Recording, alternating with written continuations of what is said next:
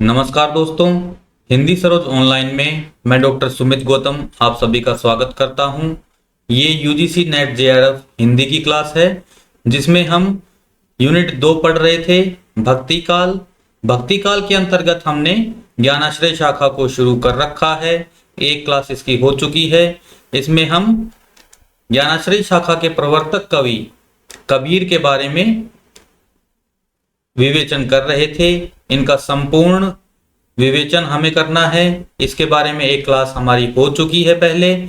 जिसने नहीं देखी है वो पिछली क्लास जाकर एक बार जरूर देखें, क्योंकि वही कक्षा जो है इस क्लास की भूमिका बनाती है, इस क्लास का बेस है। पहले आप ज्ञानाश्रय शाखा को समझेंगे, उसके बाद ही आप कबीर जी के बारे में अच्छे से पढ़ पाएंगे। पिछली क्लास में हमने कबीर जी के बारे में काफी कुछ पढ़ा है और आज हम कबीर के इस टॉपिक को पूरा पढ़ने वाले हैं। आज इसको खत्म करने वाले हैं। हिंदी सरोज ऑनलाइन जो है ये आपका अपना चैनल है और आप इसे सब्सक्राइब कीजिए। आपके सब्सक्राइब करने से हमें प्रेरणा मिलती है। हम आपके लिए और अच्छे अच्छे नए नए टॉपिक नए नए तरीके से पढ़ाने का आपके लिए मसौदा हम तैयार करके लेके आते रहेंगे। तो आइए शुरू करते हैं आज की क्लास, जो कि हमारा टारगेट बैच दिसंबर 2024 के लिए चल रहा है। इसके लिए हम तैयारी कर रहे हैं और कमर कस के तैयारी कर रहे हैं। दिसंबर वाला जो है 24 के लिए जो तैयारी कर रहे हैं उनके लिए ये सुनहरा मौका है। मेरे साथ में रहकर आप इस अवसर को ना चूकें और नेट जेआरएफ क्रैक करने का अपना सपना साकार करें। तो आइए शुरू करते हैं आज की क्लास। आज की क्लास शुरू करने से पहले हम पिछली क्लास का थोड़ा सा रिवीजन कर लेते हैं। जो मेन बिंदु हैं, मुख्य बिंदु पिछली क्लास के, वो हम देख लेते हैं हमने क्या क्या पढ़ा है और फिर हम शुरू करेंगे आज की क्लास। तो हम पिछली क्लास में क्या क्या पढ़ के आए हैं वो एक बार देख लेते हैं। हमने ज्ञानाश्रय शाखा को पढ़ा था पिछली क्लास में। भक्ति काल की दो मुख्य धाराएं, निर्गुण और सगुण। फिर हमने ज्ञानाश्रय शाखा को पढ़ना शुरू किया था। ज्ञानाश्रय शाखा के अंतर्गत हमने उनके महत्वपूर्ण बिंदु पढ़े हैं। क्या क्या था ज्ञानाश्रय शाखा के अंतर्गत, उनकी धारणाएं क्या थी, उनका जीवन कैसा था, उनकी काव्य शैली क्या थी, ये हमने पढ़ा है। इसके बाद में हमने संत काव्यधारा के प्रवर्तक के बारे में, अलग अलग आलोचकों के क्या मत हैं वो हमने पढ़े हैं और सर्वमान्य मत क्या है वो हमने पढ़ा कि कबीर को ज्ञानाश्रय शाखा का प्रवर्तक कवि माना जाता है। इसके बाद में हमने कबीर जी की काव्य शैली के बारे में, उनकी भाषा शैली के बारे में आलोचकों के मत पढ़े कि कौन कौन से आलोचक उनकी भाषा के बारे में क्या बताते हैं। संत काव्य धारा के अंतर्गत आने वाले जो कवि हैं उनका जीवन कालानुक्रम अनुसार उनका हमने क्रम पढ़ा, जिसमें हमने 13 कवियों का क्रम पढ़ा है। कौन छोटा है कौन बड़ा है उम्र के लिहाज से वो हमें याद रखना है, क्रम से लगाने वाला प्रश्न आ जाता है। इसके बाद में हमने कबीर के बारे में पढ़ना शुरू किया, इनके गुरु के बारे में, जन्म स्थान किस आलोचक के मुताबिक क्या है इनका जन्म वो हमने पढ़ा। इसके बाद में हमने उनकी भाषा के बारे में, किस आलोचक का क्या मत है, क्या कथन दिया है उन्होंने, वो सब हमने पढ़ा है। फिर हमने कबीर की रचनाओं के बारे में पढ़ा कि कबीर की कितनी रचनाएं मानी जाती हैं, कितनी प्रकाशित हैं, कितनी अप्रकाशित हैं और उनकी जो मुख्य रचनाएं हैं उनके नाम हमने पढ़े। इसके बाद इनकी जो सबसे महत्वपूर्ण कृति मानी जाती है बीजक, जिसका संकलन उनके शिष्य धर्मदास ने किया था, उसके बारे में हमने डीपली पढ़ा है, गहन रूप से पढ़ा है। उसके कौन कौन से 3 भाग हैं और किस भाग में क्या है, उसकी भाषा क्या है, उसमें कितने अंग हैं, उसके अंदर वर्ण विषय क्या है, ये सब हमने पढ़ा कि बीजक के 3 भाग हैं, साखी, शब्द और रमैनी। इनकी भाषा क्या है, इनके अंदर क्या वर्ण विषय है, ये सब हमने पिछली क्लास में पढ़ लिया है। इसके बाद में हमने कबीर के बारे में और जानकारी हासिल की कि वो अनपढ़ हैं या पढ़े लिखे हैं, कौन आलोचक उनको पढ़ा लिखा मानता है और कौन उन्हें अनपढ़ मानता है। परीक्षा की दृष्टि से ये वाला प्रश्न भी अति महत्वपूर्ण है, इसलिए हमने इसको ध्यान से पढ़ा है, डीपली इसको पढ़ लिया है। इसके बारे में मैंने पूरा विवेचन भी आप लोगों को करके बताया था कि किस प्रकार से इनको पढ़ा लिखा या अनपढ़ आलोचक मानते हैं। इसके बाद में हमने इन्होंने कबीर जी ने किस पंथ से क्या ग्रहण किया है वो पढ़ा। इसके बाद में हमने आचार्य हजारी प्रसाद द्विवेदी के कथन पढ़े कि आचार्य हजारी प्रसाद द्विवेदी जी कबीर के बारे में क्या कहते हैं, उनके क्या विचार हैं, उनको एक कवि के रूप में, समाज सुधारक के रूप में और हिंदू मुस्लिम एकता के चिन्ह के रूप में हमने जाना और उनके बारे में सीखा। इसके बाद में आचार्य रामचंद्र शुक्ल उनके बारे में क्या विचार रखते हैं, कबीर की भाषा के बारे में, उनके ज्ञान के बारे में, उनके काव्य के बारे में, वो हमने पढ़ा। और आज ये कबीर के लिए ये दूसरी क्लास है हमारी। आज हम पूरा इनके बारे में जानकारी इकट्ठा करके लाए हैं आप लोगों के लिए, और इस क्लास को ध्यान से देखिएगा, पूरा देखिएगा, क्योंकि कबीर से, इस टॉपिक से, ज्ञानाश्रय शाखा के अंतर्गत कबीर से एक क्वेश्चन अवश्य ही पूछा जाता है। 100% वो आता है किसी भी कॉम्पिटिटिव एग्जाम में, इसलिए हमें कबीर के बारे में बिल्कुल अच्छे से तैयारी कर लेनी है। चलिए शुरू करते हैं आज की क्लास।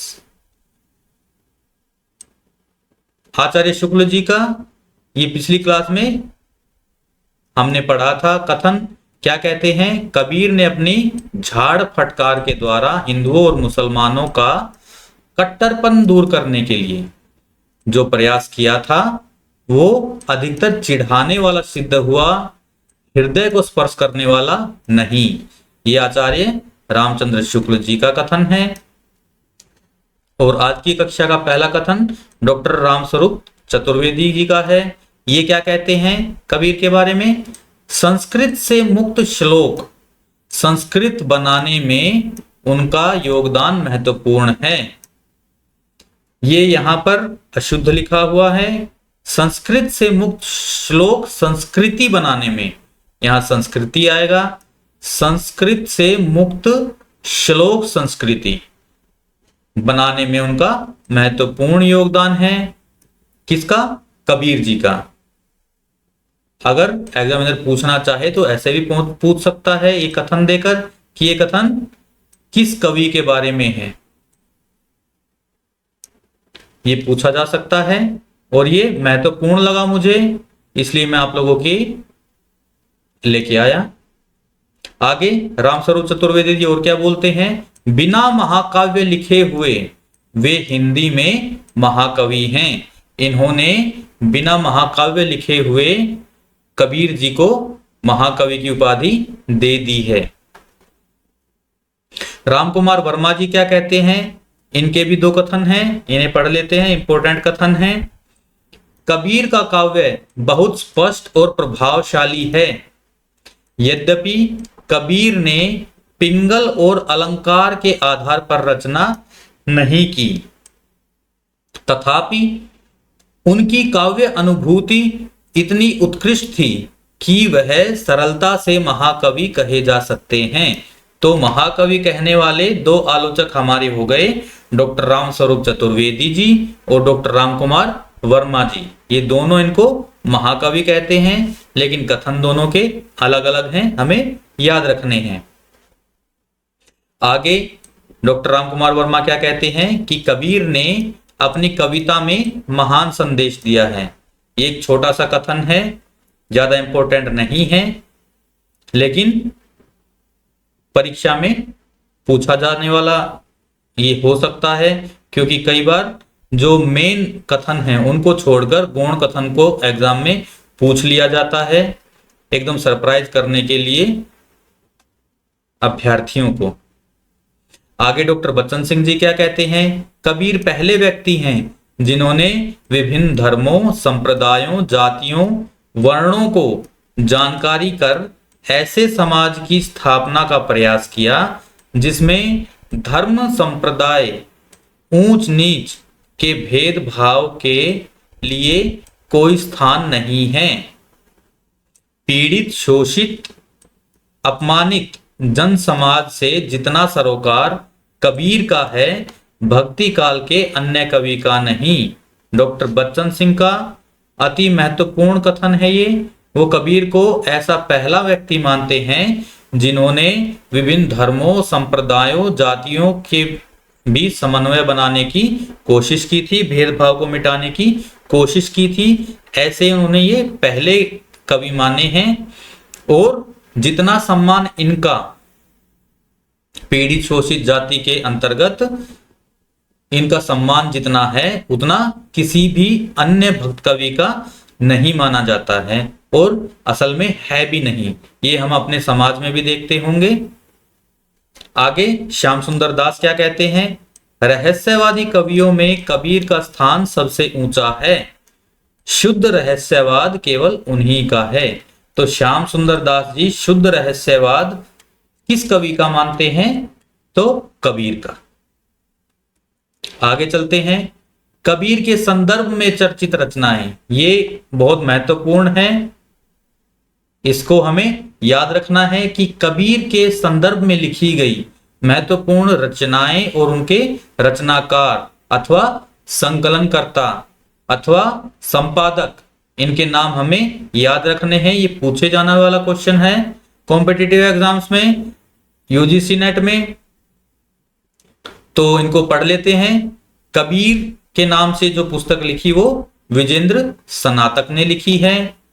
कबीर के नाम से एक और पुस्तक 1942 में जो प्रकाशित हुई वो आचार्य हजारी प्रसाद द्विवेदी जी की है। कबीर वचनावली इंपॉर्टेंट है, ये बहुत, इसको याद रखना है। कबीर वचनावली जो है ये हरिओध जी की रचना है। ये संपादक हैं इस रचना के, इस रचना के ये संपादक हैं।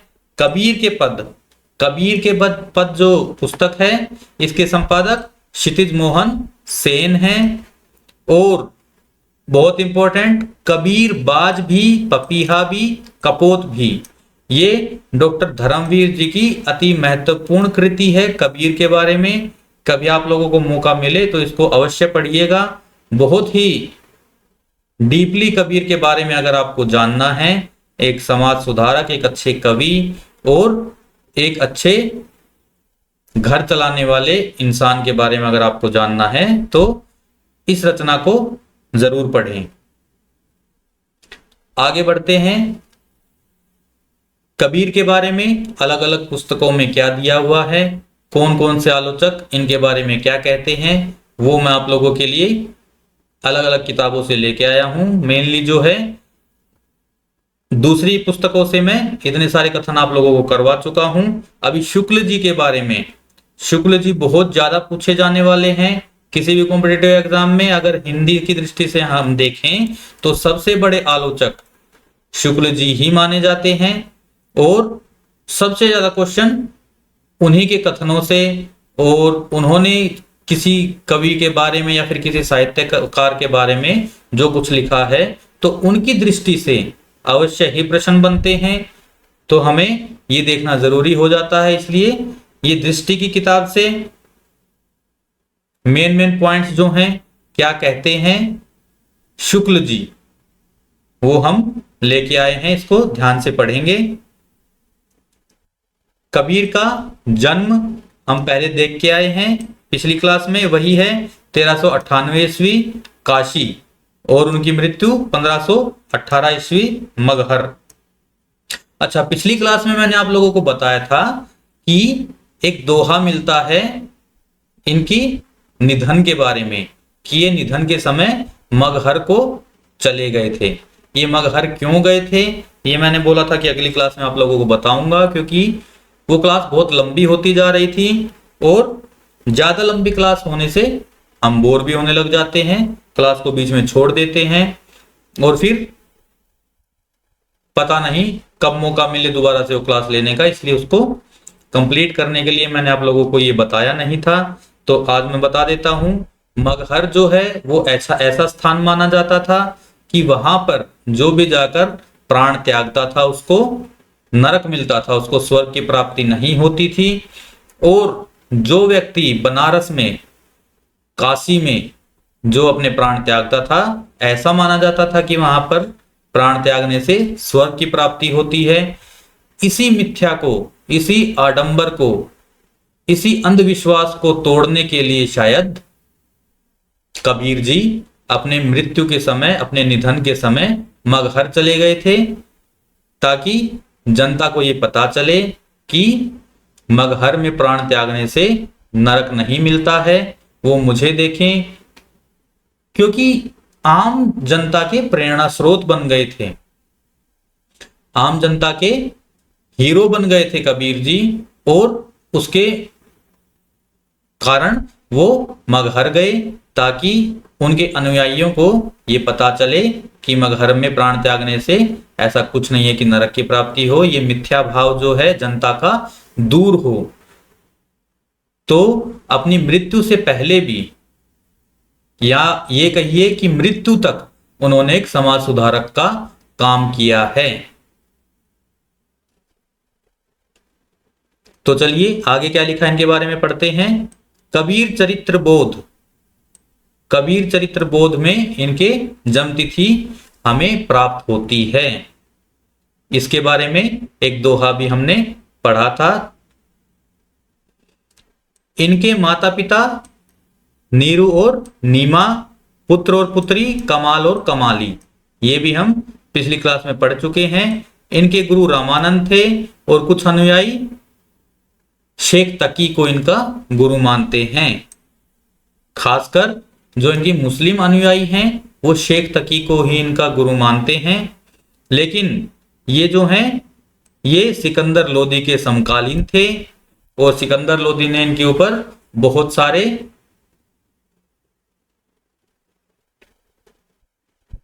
सिकंदर लोदी ने इनके ऊपर अत्याचार किए, जिनका इन्होंने अपने बीजक में ही साखी में इन्होंने एक पद में और उसका वर्णन भी किया है। आगे कबीर की वाणी का संग्रह उनके शिष्य धर्मदास ने बीजक के रूप में 1464 ईस्वी में किया, जिसके 3 भाग हैं, साखी, शबद और रमैनी। साखी का अर्थ होता है साक्षी, शबद का मतलब शब्द और रमैनी यानी रमा हुआ। साखी में क्या है, दोहा है मुख्यतया, लेकिन इसमें कुछ सोरठा और चौपाइया भी है। इसकी भाषा सदुकड़ी, और सदुकड़ी भी कैसी, राजस्थानी पंजाबी मिश्रित खड़ी बोली। शबद और रमैनी में जो है गेय पद प्राप्त होते हैं। रमैनी में दोहा चौपाई छंद मिलता है। ब्रज भाषा और पूर्वी बोली का अधिक पुट मिलता है शबद और रमैनी में। आचार्य शुक्ल जी ने धर्मदास द्वारा संकलित बीजक का समय 1521 या फिर 1464 ईस्वी विक्रमी संवत में भी बता दिया है और ईस्वी सन में भी बता दिया है। और कबीर की वचनावली, इनका समय संवत 1561। बीजक में साखी, शबद और रमैनी संकलित हैं। अधिकांश विद्वान कबीर की इन्हीं 3 रचनाओं को प्रामाणिक मानते हैं। कबीर की हम बहुत सारी रचनाएं पढ़ के आए हैं पिछली क्लास में, और बहुत सारे विद्वान जो है इनकी 3 रचनाओं को ही प्रामाणिक मानते हैं।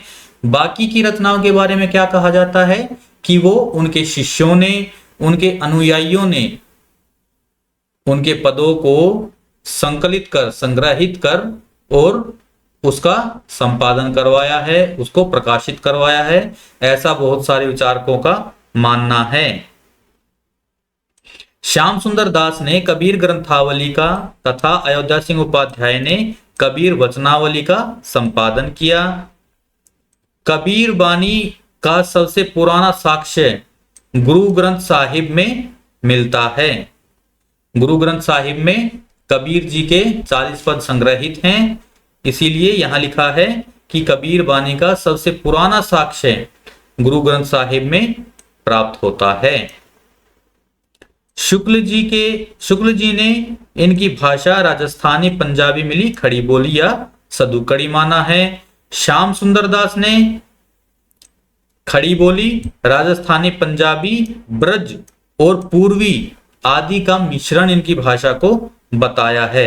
दरअसल जो साधु होते थे, संत होते थे, वो लोग देश भर में इधर उधर घूमते रहते थे और काफी दिन एक ही क्षेत्र में टिके रहते थे, वहां के लोगों को उपदेश देते थे, एक समाज सुधारक का कार्य भी करते थे, हिंदू मुस्लिम वैमनस्य को दूर करने का प्रयास करते थे। इसी कारण क्या है, वो लोग इतने रम जाते उस क्षेत्र में कि उस क्षेत्र की भाषा के ऊपर उनकी पकड़ बहुत मजबूत हो जाती थी और उसी भाषा में वो वहां पर काव्य रचना भी करते थे। इसीलिए इनकी भाषा में, इनकी काव्य भाषा में बहुत सारी अलग अलग बोलियों के, अलग अलग भाषाओं के शब्द हमें प्राप्त होते हैं और इनकी इसी भाषा को सदुक्कड़ी भाषा का नाम दिया जाता है। अलग अलग आलोचक ने सदुक्कड़ी का जो है पर्याय अलग अलग भाषाओं का मिश्रण माना है। जैसा कि हमने एक कथन और पढ़ा था, पचमेल खिचड़ी, इनकी भाषा को पचमेल खिचड़ी कहते हैं श्याम सुंदर दास। श्याम सुंदर दास जो हैं, इनकी भाषा को पचमेल खिचड़ी बोलते हैं। और पचमेल खिचड़ी के अंतर्गत कौन कौन सी 5 भाषाएं हैं पिछली क्लास में हम पढ़ चुके हैं। आईने अकबरी में कबीर को मुवाहिद कहा गया है। कबीर का उत्तराधिकारी कौन था? कमाल और धर्मदास, ये इनके शिष्य भी थे और कमाल जो हैं ये इनके पुत्र भी थे और ये दोनों इनके उत्तराधिकारी माने जाते हैं। मेनली क्या है, धर्मदास ही इनके उत्तराधिकारी, इनके शिष्य माने जाते हैं। कमाल जो है, कमाल के बारे में मैंने आप लोगों को बताया था कि कमाल बेहद ही निघट्टुत किस्म का इनका पुत्र था, जिसके बारे में हमने पिछली क्लास में भी बताया था आपको कि ये नास्तिक था और बहुत ही उदंड किस्म का बालक था। इनके बारे में इनके शिष्यों ने, कबीर के शिष्यों ने एक पंक्ति भी लिखी है कि कबीर जी का वंश डुबाने के लिए ही कमाल का जन्म हुआ है, या फिर कमाल के जन्म होने से ही इनके वंश डूब गया है। और उस पद में डूबने को अलग अंदाज में लिखा है, जिसको हम उलटबासी भी बोलते हैं, डूबा वंश कबीर का, ये पंक्ति में हमें मिलता है। और डूबा की जगह वहां पर हमें बूढ़ा मिलता है, बूढ़ा वंश कबीर का, पैदा हुयो कमाल, ये पंक्ति हमें मिलती है। उसमें डूबा की जगह बूढ़ा लिखा होता है। इसी को हम उलटबासी की एक छोटा सा उदाहरण हम मान सकते हैं। वैसे उलटबासी जो है वो अलग किस्म की होती है, जिसके बारे में हम पढ़ेंगे भी, जो कि अलग अलग पंक्तियों में अलग अलग उनके अर्थ निकलते हैं। जैसे एक अचरज देखियो रे भाई, बूढ़ो शेर चरावत गाई, ऐसा भी हमें एक मिलता है पद। बहुत सारे पद हैं ऐसे, उनको भी हम देखेंगे आगे। श्याम सुंदर दास ने रहस्यवादी कवियों में कबीर को सबसे पहले स्थान पर रखा है। कबीर के राम और रामानंद के राम भिन्न थे, इसके बारे में हम पूरा विवेचन करेंगे आगे। मैं आप लोगों के लिए रामचंद्र शुक्ल जी के इतिहास की पुस्तक के जितने भी पृष्ठ मुझे कबीर के बारे में मिले हैं वो आप लोगों के लिए संग्रहित करके लाया हूं और उसे भी हम ध्यान से पढ़ेंगे। उस समय पर हम कबीर और रामानंद के रिश्ते के बारे में जानेंगे और कबीर के राम क्या थे, रामानंद के राम क्या थे, उसके बारे में भी हम आगे पढ़ने वाले हैं। देखिए, कबीर जी को डिटेल में पढ़ना बहुत जरूरी है, क्योंकि कबीर के बारे में कुछ भी पूछा जा सकता है एग्जाम में। आजकल जो है अधिकतर आता है कबीर जी का कोई दोहा दे देते हैं और उस दोहे में ही किसी एक शब्द का अर्थ पूछ लिया जाता है कि कबीर जी इस शब्द से किसकी ओर इशारा कर रहे हैं, और उसमें हमें 4-5 ऑप्शन दिए मिलते हैं, सही ऑप्शन को हमें चूज करना होता है। ये दार्शनिक आधार और गृहीत सिद्धांत ये हम पढ़ चुके हैं ऑलरेडी, एक बार फिर से देख लेते हैं इनको। अद्वैतवाद जो है वो ज्ञानवाद, सूफियों से इन्होंने क्या लिया, प्रेमवाद लिया और भावात्मक रहस्यवाद ग्रहण किया। वैष्णवों से इन्होंने अहिंसा और प्रपत्तिवाद को लिया। सिद्ध और नाथों से इन्होंने जात पात का भेद हटाना, धर्म का भेद हटाना और बाह्य आडंबरों को तिरस्कार करना और अंतर साधनात्मक रहस्यवाद पर ध्यान देना और हठयोग पर विश्वास करना इन्होंने सिद्धोनाथों से सीखा। इस्लाम से इन्होंने एकेश्वरवाद को ग्रहण किया। कबीर के 4 स्रोत जो प्रतीक माने जाते हैं वो क्या हैं? जीवन जगत से बुनकर, कलाल, कुम्हार, माली, किसान, ब्राह्मण, ठाकुर, कायस्थ, मुल्ला, मौलवी आदि। जीवन जगत से जो है कुछ इनके विषय हैं जो इनके दोहों में हमें मिलते हैं, उनके नाम दिए हुए हैं। हस्तकला उद्योग से क्या क्या है? देखिए, ये जो है ना, ये हमें एक प्रतीक चिन्ह मिलते हैं इनके दोहों में, जिससे हम इनके दोहों को पहचान सकते हैं। कोई दोहा अगर आ जाता है एग्जाम में और पूछते हैं किसका दोहा है, तो इनमें से अगर कोई प्रतीक हमें मिलता है तो वो हमें दूर से ही पता चल जाएगा कि ये कबीर जी का दोहा है और हम उस प्रश्न को गलत नहीं करेंगे। तो इन प्रतीकों को एक बार देख लीजिएगा। आगे वाणी के डिक्टेटर इन्हें हजारी प्रसाद द्विवेदी जी कहते हैं। ये सभी कथन हम पहले पढ़कर आ चुके हैं ऑलरेडी। कबीर की रचना में कितने रंग हैं?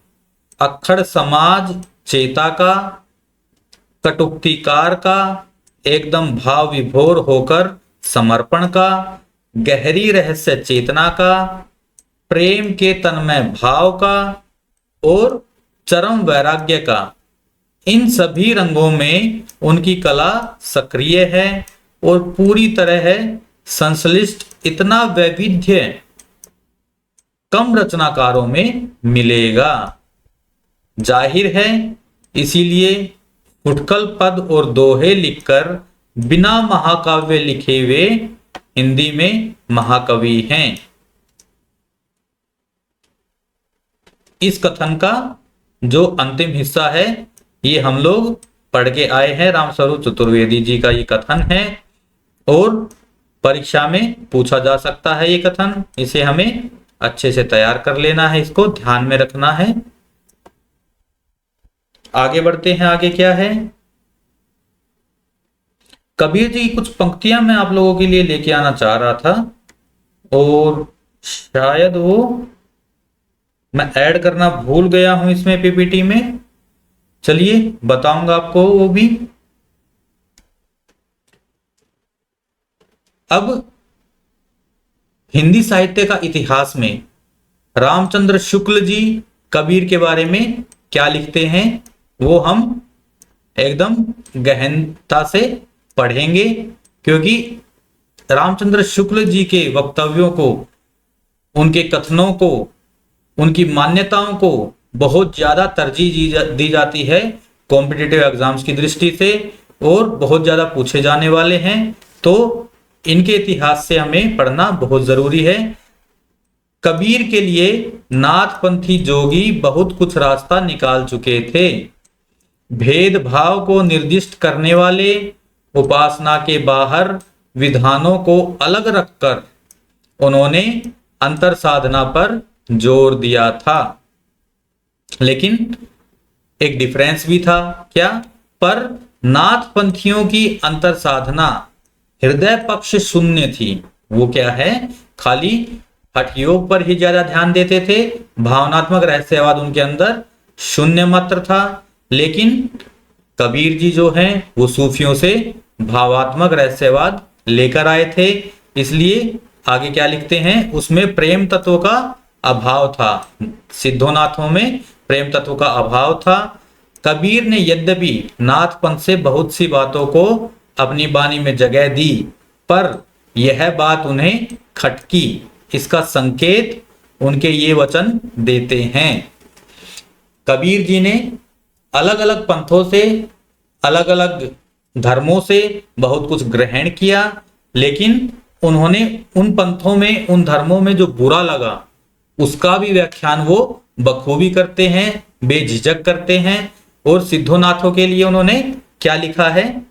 झिलमिल झगड़ा फूल झूलते, बाकी रही ना काहू, गोरख अटके कालपुर, कौन कहावे साहू।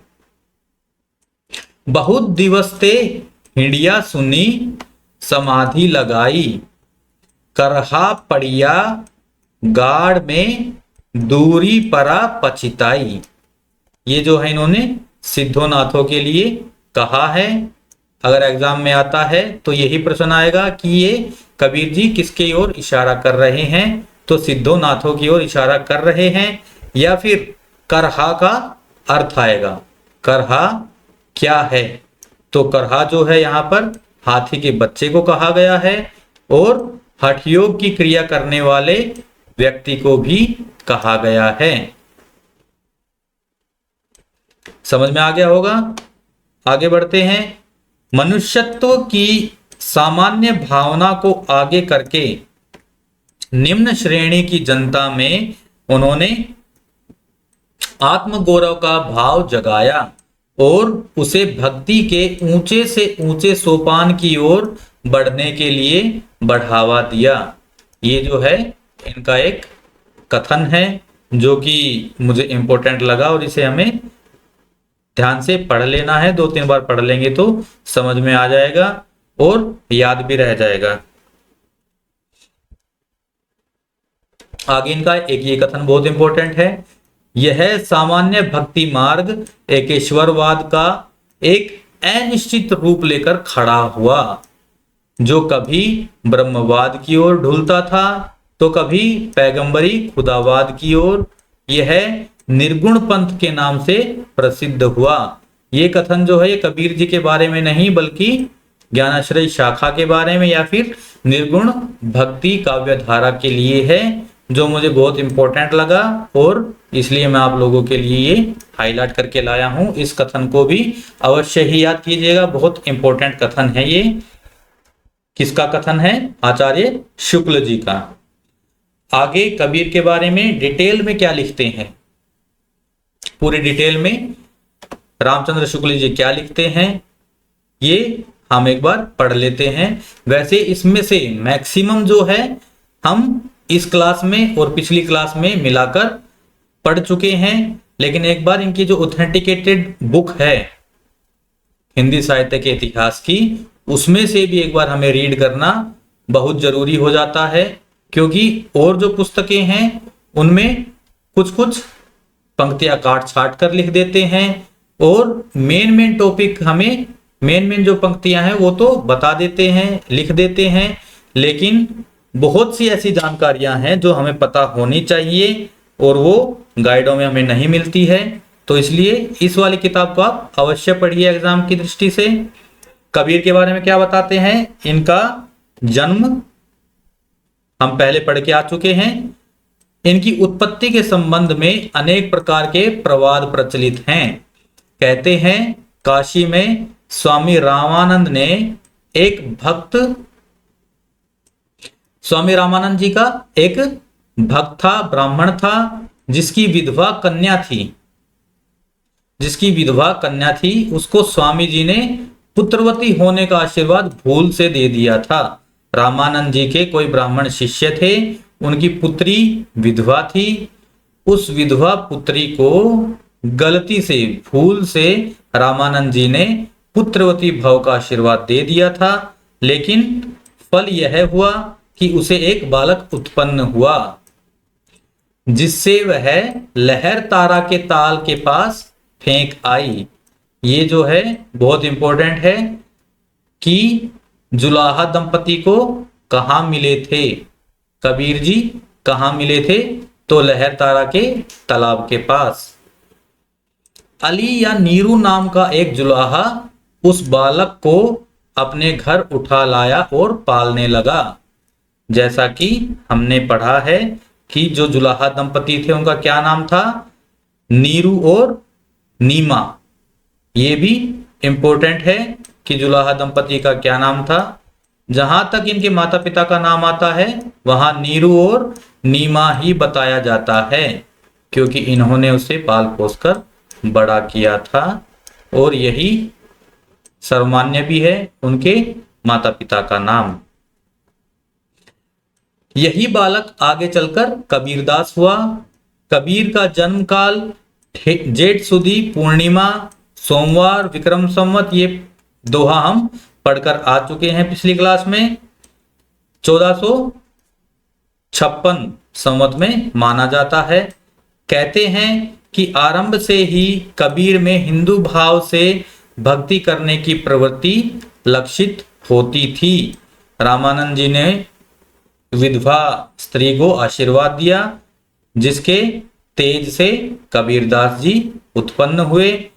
अब रामानंद जी का दिया हुआ आशीर्वाद है तो अवश्य ही वो कुछ महान व्यक्ति ही बनेगा। कबीरदास जी हुए, बचपन से ही उनका भक्ति भाव में ध्यान लगता था, जिसे उसके पालने वाले माता पिता दबा न सके।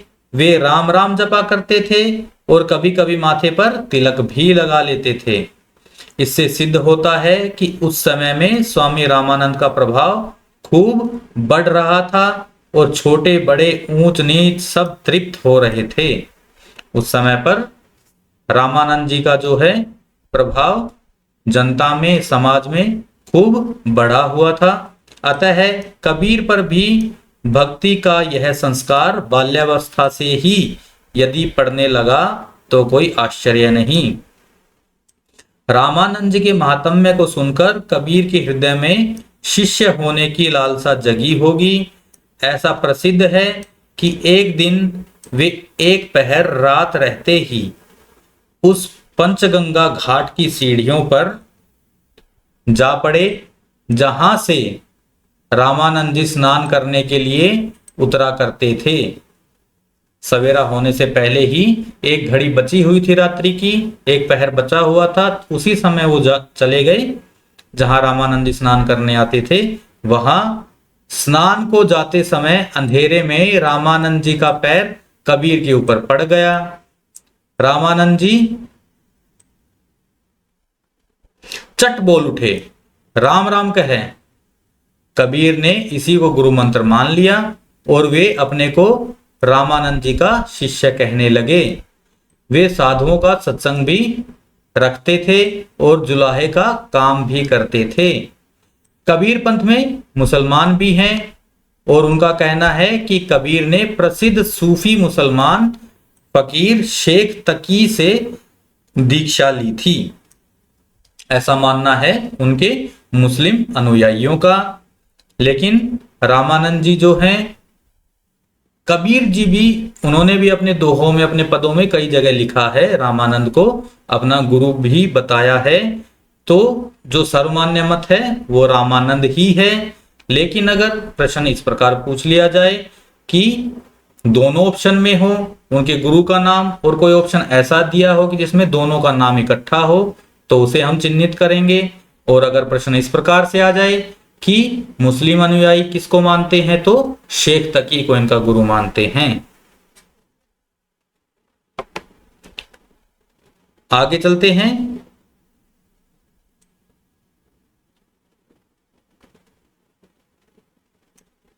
शेख तकी चाहे कबीर के गुरु न रहे हों, पर उन्होंने उनके सत्संग से बहुत सी बातें सीखी, इसमें कोई संदेह नहीं है।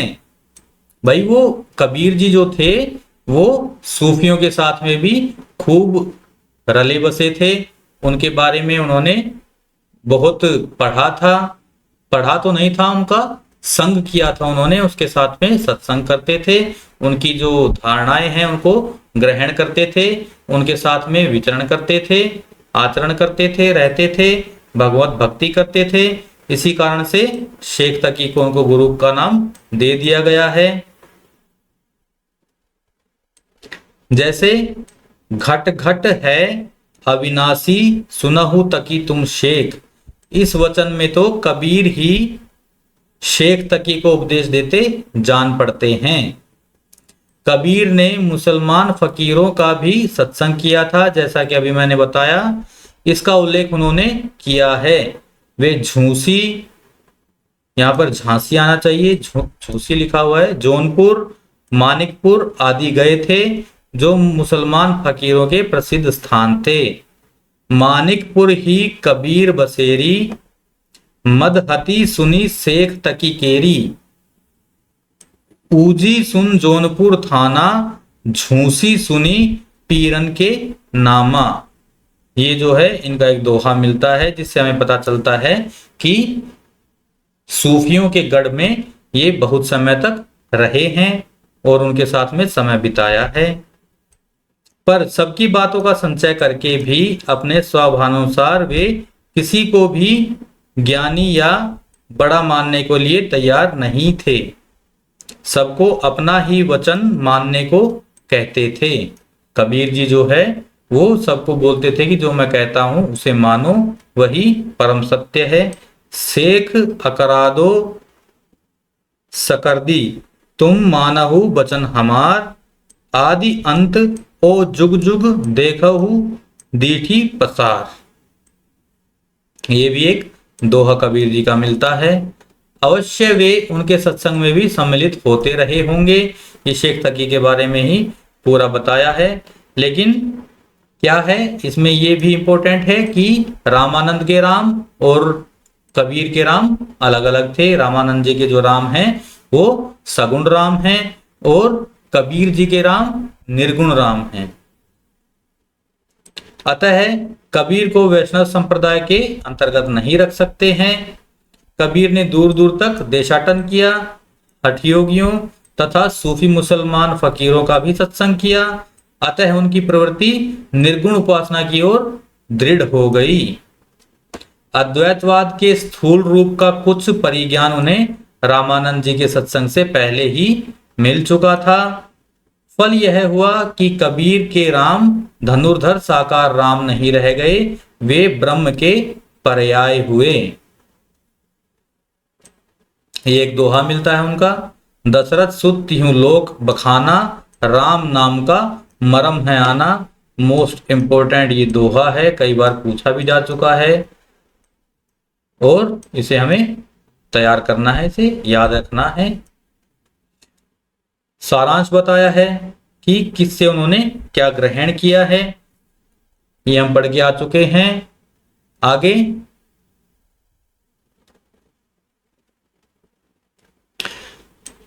भाव में स्वामी में कृपा, क्षमा, औदार्य आदि गुणों का आरोप हो सकता है। कबीर के बारे में सारांश यह है कि कबीर में ज्ञान मार्ग की जहां तक बातें हैं वे सब हिंदू शास्त्रों की है, जिनका संचय उन्होंने रामानंद जी के उपदेशों से किया। यानी कि जो हिंदू शास्त्रों में मान्यताएं हैं वो भी मानते हैं कबीर जी, मैक्सिमम बातें उन्हीं से ली हुई हैं। तत्वमसी इनके उपदेशा, ई उपनिषद कह संदेशा, जग बालिक ओ जनक संवादा, दत्तात्रेय वह रस स्वादा। ये भी दोहा बहुत इंपॉर्टेंट है कबीर जी का। यहीं तक नहीं, वेदांतियों के कनक कुंडल न्याय आदि का व्यवहार भी इनके वचनों में मिलता है। गहना एक कनक ते गहना, इनमें है भाव न दूजा, कहन सुनन को दुई करी थापिन, एक निमाज एक पूजा। ये इंपॉर्टेंट है। इनके दोहे जो हैं वो सारे ही इंपॉर्टेंट हैं। जितने हमें मिलते हैं उन्हें हम एक बार पढ़ लेंगे, उन्हें थोड़ा याद रखेंगे, पूछा जा सकता है एग्जाम में, इसीलिए मैक्सिमम जो है इनका दोहा देखकर किसी शब्द का अर्थ ही पूछा जाता है आजकल। लेकिन प्रश्न पूछने का जो तरीका है वो हमेशा हर बार बदल रहा है, इसलिए हमें किसी भी संभावित चुनौती के लिए तैयार रहना है। इसी प्रकार उन्होंने हठयोगियों से साधनात्मक रहस्यवाद जैसे चंद, सूर, नाद, बिंदु, अमृत, औंधा कुआ आदि रूपक बांधे हैं, जो सामान्य जनता की बुद्धि पर पूरा आतंक जमाते हैं। जैसे सूर समाना चंद में दहूं, किया घर एक, मन का चिंता, तब भया कछु पुरबिला लेख। आकाशे मुखी औंधा कुआ, पाताले पनिहारी, ताका पानी को हंसा पीवे, बिरला आदि बिचारी। ये भी बहुत इंपॉर्टेंट इनका दोहा है, इसे भी पढ़ लेना। वैष्णव संप्रदाय से उन्होंने अहिंसा का तत्व लिया था। दिन भर रोजा रहत है, राति हनत है गाय, अपनी देखी करत नहीं, अहमक कहत हमारे बड़न किया, उसको खून तुम्हारी गर्दन, जिन तुमको उपदेश दिया, बकरी पाती खाती है ताकि काढ़ी खाल, जो नर बकरी खात है तिनको कौन हवाल। ये जो है इनके दोहे हैं 3 जो कि इंपॉर्टेंट है, इन्हें भी तैयार करना है। ये जो है अहिंसा के पुजारी हैं, तो हिंसा का ये तिरस्कार कर रहे हैं, इसमें उनके ऊपर व्यंग्य कर रहे हैं। उपर्युक्त विवेचन से स्पष्ट है कि वे ज्ञान मार्ग की बातें कबीर ने हिंदू साधु सन्यासियों से ग्रहण की, जिनमें सूफियों के सत्संग से उन्होंने प्रेम तत्व का मिश्रण किया और अपना एक अलग पंथ चलाया।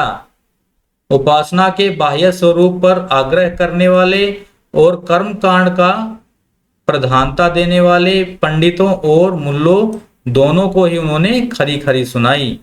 ये भी इसमें बहुत इंपॉर्टेंट है कि किसी भी धर्म का व्यक्ति हो, अगर वो बाह्य आडंबर रचता है, धर्म के नाम पर धोखाधड़ी ठगी करता है, आम जनता को कुछ गलत करने के लिए मजबूर करता है, तो उसका हमेशा विरोध किया है कबीर जी ने। कबीर जी पूरा विरोध करते हैं ऐसे लोगों का। देशाचार और उपासना विधि के कारण मनुष्य में जो भेदभाव उत्पन्न हो जाता है, उसे दूर करने का प्रयत्न उनकी वाणी बराबर करती रही। यद्यपि वे पढ़े लिखे न थे, पर उनकी प्रतिभा बड़ी प्रखर थी, जिससे उनके मुंह से बड़ी चुटीली और व्यंग्य चमत्कारपूर्ण बातें निकलती थी। इनकी उक्तियों में विरोध और असंभव का चमत्कार लोगों को बहुत आकर्षित करता था। जैसे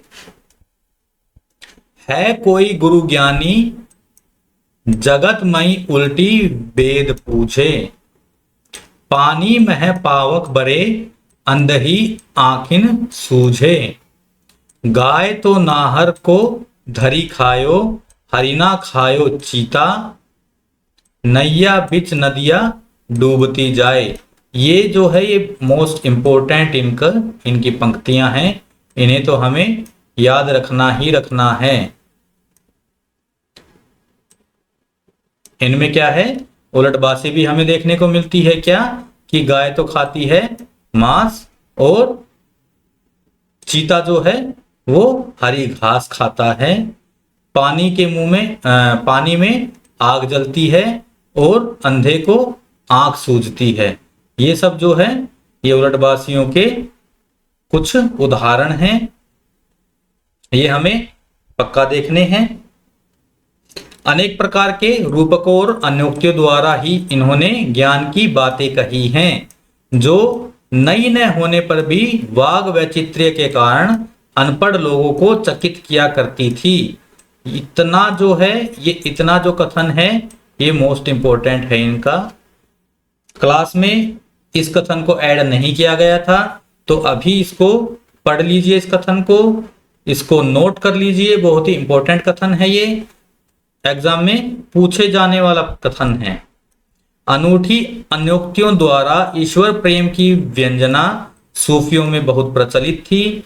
जिस प्रकार कुछ वैष्णवों में माधुर्य भाव से उपासना प्रचलित हुई थी, उसी प्रकार सूफियों में भी ब्रह्म की सर्वव्यापी प्रियतम या माशुका मानकर हृदय के उद्गार प्रदर्शित करने की प्रथा थी। इसको कबीरदास जी ने ग्रहण किया।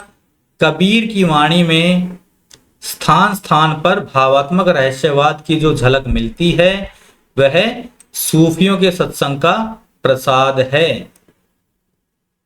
ये जो इनका कथन है, ये हम पिछली क्लास में भी पढ़ के आ चुके हैं, इंपॉर्टेंट कथन है ये। कहीं इन्होंने ब्रह्म को खसम या पति मानकर अन्योक्ति बांधी है, और कहीं स्वामी या मालिक, कहीं तो ये जो परमेश्वर हैं, ब्रह्म हैं, उनको अपना पति कहते हैं, कहीं खसम कहते हैं, कहीं स्वामी कहते हैं, तो कहीं मालिक भी कहते हैं। मुझको क्या तू ढूंढे बंदे, मैं तो तेरे पास में। ये पंक्ति कबीरदास जी की ही है। साईं के संग सासुर आई, संग न सूली स्वाद न माना, संग न सूती स्वाद न माना, गा जीवन सपने की नाई, जना चारी मिली लगन सुधायो, जना पांच मिली माड़ो छायो, भयो विवाह चली बिनु दुलह, बाट जात समधी समझाई। ये भी जो है इनका दोहा है, पंक्तियां इनको पढ़ लीजिएगा। कबीर अपनी श्रोताओं पर यह अच्छी तरह भाषित करना चाहते थे कि हमने ब्रह्म का साक्षात्कार कर लिया है। इसी से वे प्रभाव डालने के लिए कुछ लंबी चौड़ी गर्वोक्तियां भी कभी कभी कहते थे। ये कबीर का मगहर में जाकर शरीर त्याग करने वाली इनकी कथा है, जो ये बताते हैं आचार्य शुक्ल जी कि ये शरीर त्याग करने के लिए मगहर चले गए। इनका मृत्यु काल दिया हुआ है जब उनकी आयु लगभग 120 वर्ष हो गई थी। कहते हैं कि कबीर जी की वाणी का संग्रह उनके शिष्य धर्मदास ने 1529 में किया था, जबकि उनके गुरु की अवस्था 64 वर्ष थी। कबीर जी की वचनावली का सबसे प्राचीन प्रति जिसका अब तक पता लगा है, संवत 1561 की लिखी है। कबीर की वाणी का संग्रह बीजक, इसके बारे में हम पूरा पढ़ के आ चुके हैं। साखी शब्दी और रमैनी वेदांत तत्व है। हिंदू मुसलमानों को फटकार है इसमें। संसार की अनित्यता है। हृदय की शुद्धि, प्रेम साधना, ये हम इसको व्यवस्थित रूप से और इसको विस्तृत रूप से हम पिछली क्लास में पढ़ के आ चुके हैं। जिन्होंने नहीं देखा है बीजक के बारे में, पिछली क्लास में जाकर एक बार देख लीजिएगा। आगे इसमें वही दिया हुआ है, बीजक की जो भाषा है, वर्ण विषय है, किस किस पार्ट में, किस किस भाग में क्या क्या है, वो दिया हुआ है आचार्य शुक्ल जी की बुक में। और इनकी कुछ पंक्तियां थी जो मैं आप लोगों के लिए लेके आना चाह रहा था, लेकिन वो कहीं मिस हो गई हैं। उनको भी मैं आप लोगों को अभी इसी क्लास में दिखाने की कोशिश करता हूं।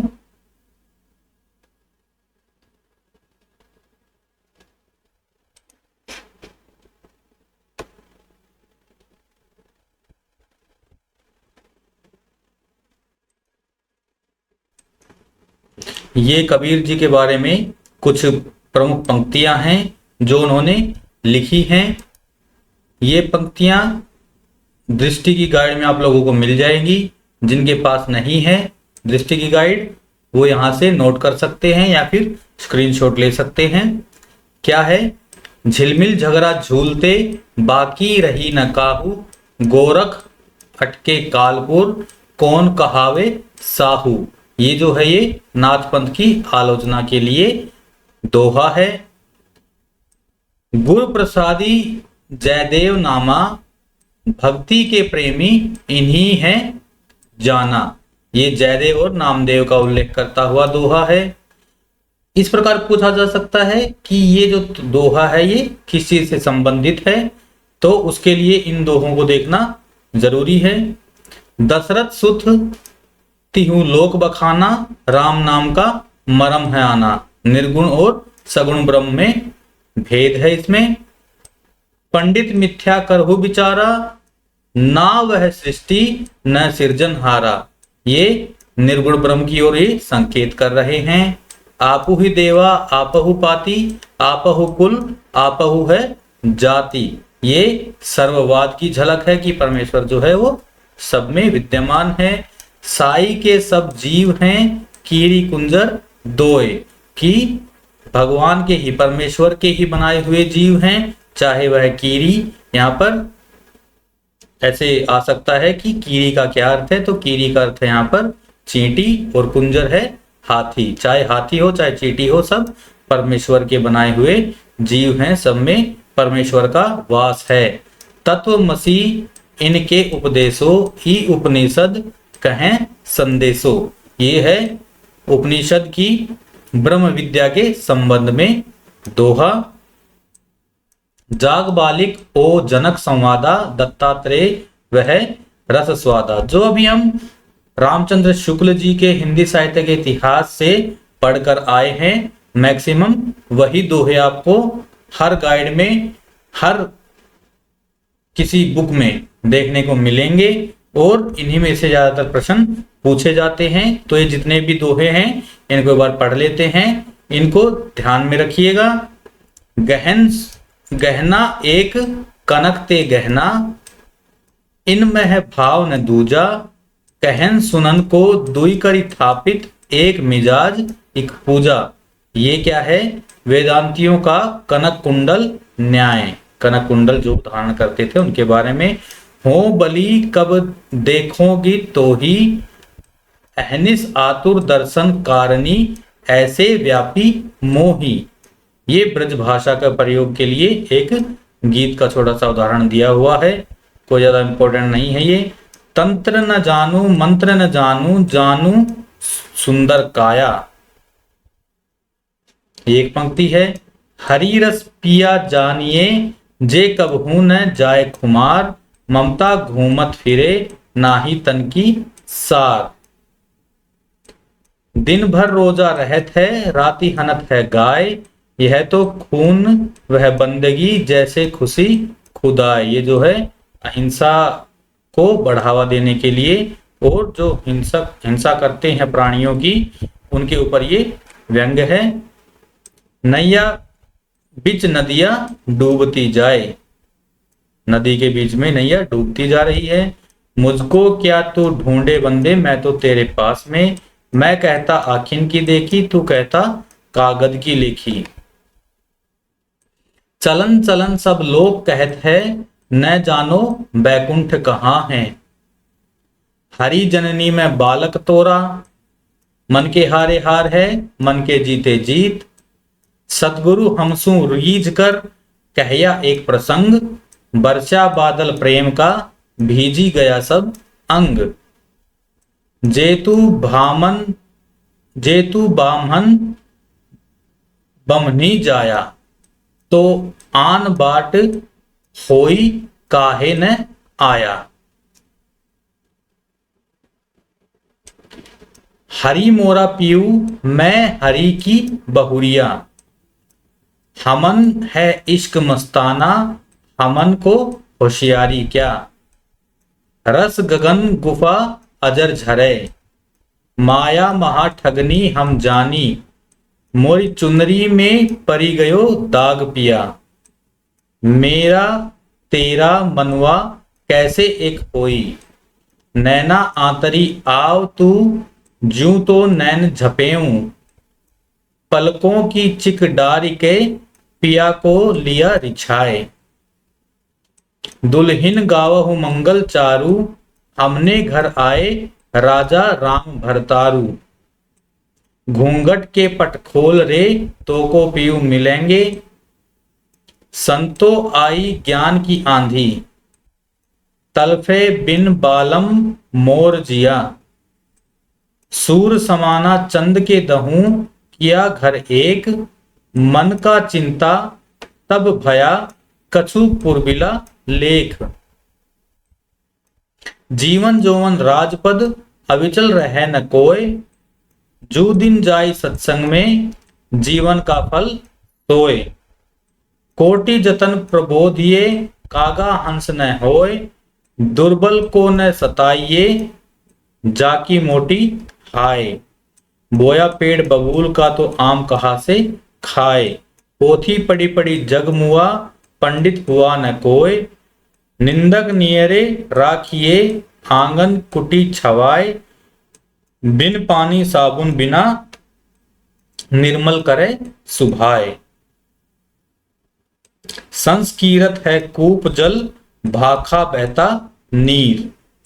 ये जो हैं सारी पंक्तियां कबीरदास जी की हैं, और इनमें से मैक्सिमम पंक्तियां हम पहले भी पढ़ चुके हैं और सुनते आए हैं, तो ये कुछ ज्यादा मुश्किल नहीं होनी चाहिए। इनको जब भी रिवाइज करें, एक दो बार इनको पढ़ लें, ध्यान में रखें पंक्तियों को, और इनके अंदर जो मेन मेन शब्द है उनके अर्थों को जानना जरूरी है। क्लास बहुत लंबी होती जा रही है, और कबीर के बारे में इतना सफिशिएंट है किसी भी कॉम्पिटिटिव एग्जाम के लिए। और देखते रहिए, बने रहिए, क्लासेस को देखिए, और अगर आपको अच्छी लगती हैं तो सब्सक्राइब अवश्य कीजिए। आपका सब्सक्राइब करना हमें प्रेरणा देता है और अच्छा करने की प्रेरणा देता है। और मिलते हैं हम भक्ति काल की अगली क्लास में। तब तक के लिए जय हिंद, जय भारत।